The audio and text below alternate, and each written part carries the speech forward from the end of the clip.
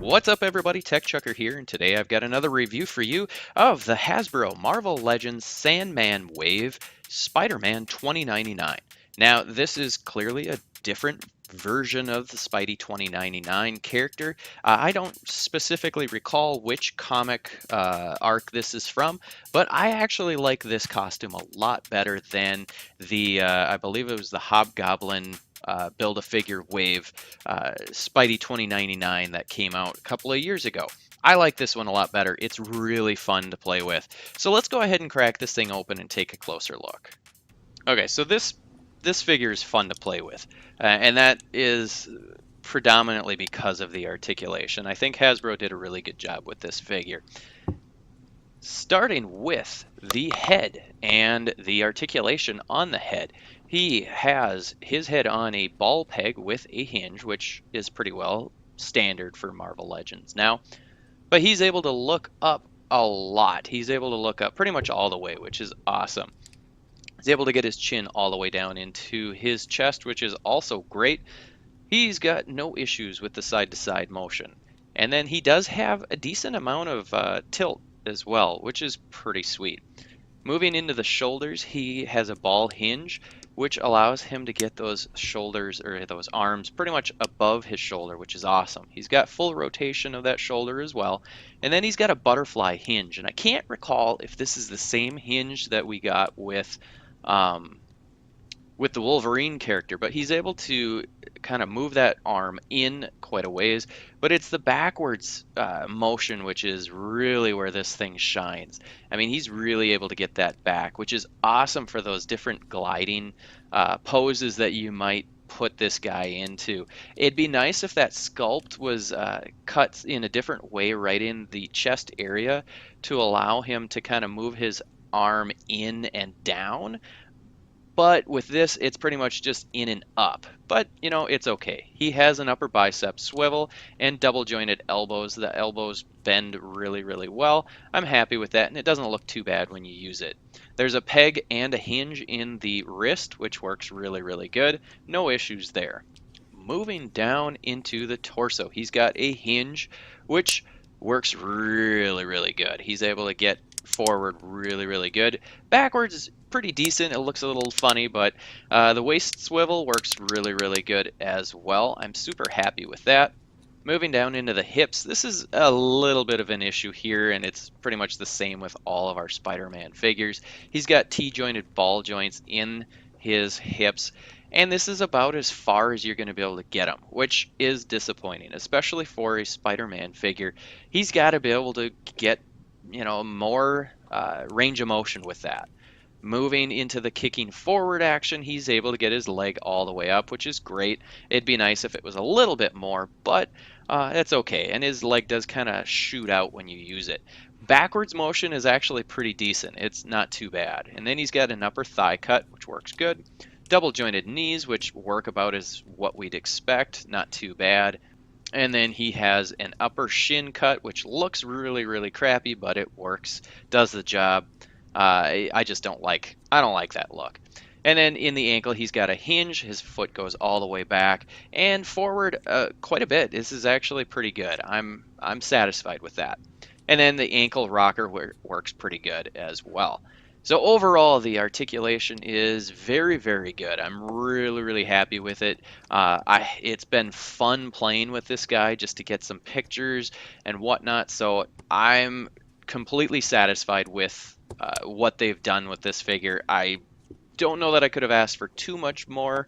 Yeah, there's a few things that would be nice, but you know what? I think they really did a good job with this figure. The sculpt and the paint of this figure, I really, really like. I like that he's a slightly bulkier version than the the Pizza Spidey. But looking at this head sculpt, I really, really like this head sculpt. I think it looks great.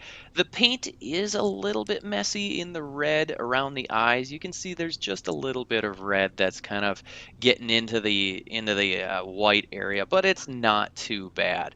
I really like this white. It really is clean. There is a little bit of a spot you can see here on the back of the head, but otherwise the white is pretty darn clean, and I'm happy with that.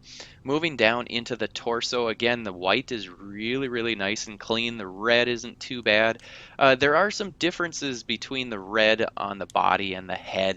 The red on the body is a little shinier. You can see there's some scratching and wearing of that paint off of some of these joints, but it's not too terrible. For the most part, they did a pretty clean job. You can see there's a little bit of red on the white in there. I've got some scratching and whatnot, but I like that ribbing black underneath in the armpit. I like these little flares that are coming out of the forearms. They're nice and soft. There's just a lot of nice paint detail. I really like this little hidden blue piece. It's just these subtle little things that I think they did a great job with. Moving down into the legs, they've also got the same paint down on the shin, the foot, and the upper shin area, I guess. And I think they just did a really good job. I'm very pleased. I love these feet. Number one, they're big. They're not too big, but they're big enough that they can kind of give him a good base, a nice wide base for some of those more dynamic poses. So he's got a lot of surface area to be able to stand on, which is great. Overall, I really like this body sculpt. I think it's a great sculpt. I think they did a good job with the paint for the most part. It's pretty clean. Yeah, it could be a little cleaner, but overall, I'm really, really satisfied with this figure. All right, so yet again, another figure within this Sandman wave that really doesn't come with any accessories. He comes with pretty much nothing. So, maybe an alternate head might be okay. It pops off pretty easily, so that could have been done. But really, it's the hands. And if you're going to do a Spider-Man figure, you need to give us some extra hands.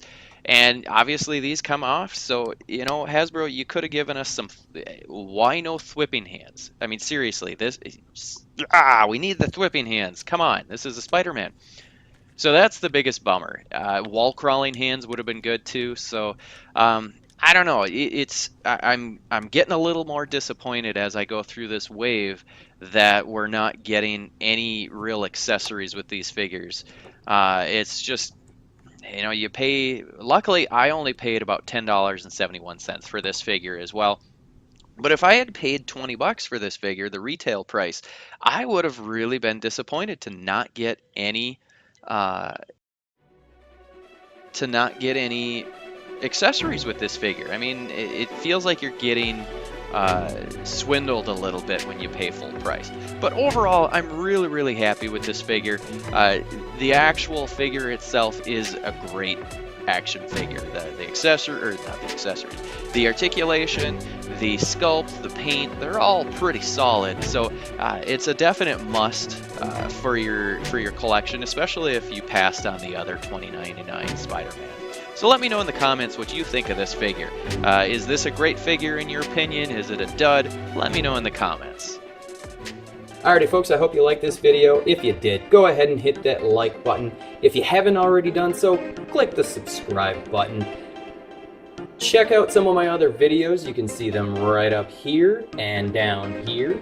Also, check out the featured video that I've got here. Every single video I'm going to feature someone else's video. Somebody who has a channel, either it's an up-and-comer like myself or somebody who's an old pro. Whatever it is, it's going to be awesome. So make sure you go check it out, like their content, subscribe to their channel, and until next time, I'll see you later.